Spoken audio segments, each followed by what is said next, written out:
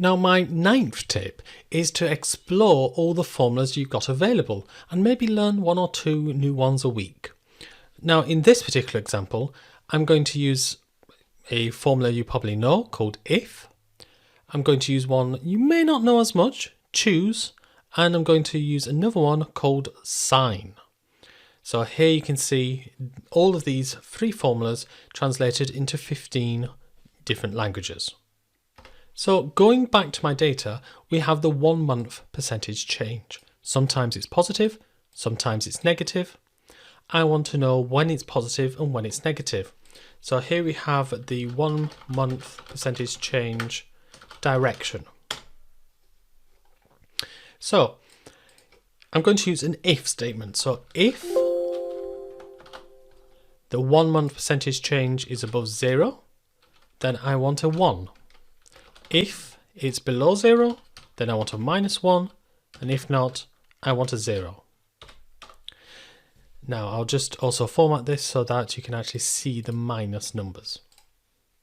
So here we can see we've got one with no change, ones with positive change, and ones with negative change. So let's put those into actual words. So if that is equal to 0, then say no change. If it's equal to 1, then say positive change.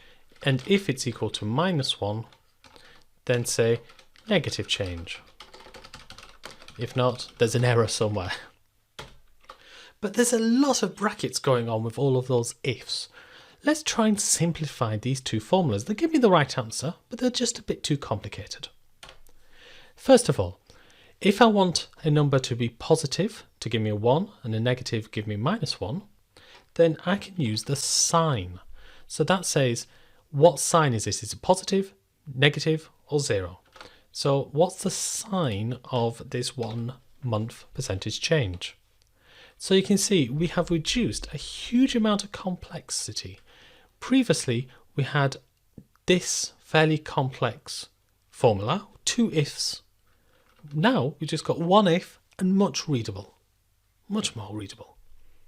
So now let's try and change this. Now what I'm going to do is have a look at a new function called choose. So choose allows me to put in a value and say if it's 1, give me negative, if it's 2, give me no change, and if it's 3, give me positive, for example. So if the figure was 1, it would give me negative. If the figure was 2, give me no change, and if the figure was 3, give me positive. The problem is we don't have figures of 1, 2 and 3. We have -1, 0 and 1. So how can we convert -1, 0, 1 to 1, 2, 3?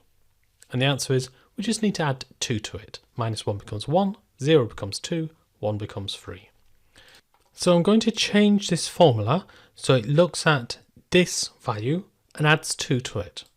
So click on that, add 2. So now you can see, depending on what the change of the direction is, it can be negative, no change, or positive, and we see all of those values being represented. Now, for more advanced users, we can combine these two together. So I'm going to put this formula, the sign of the change, into here.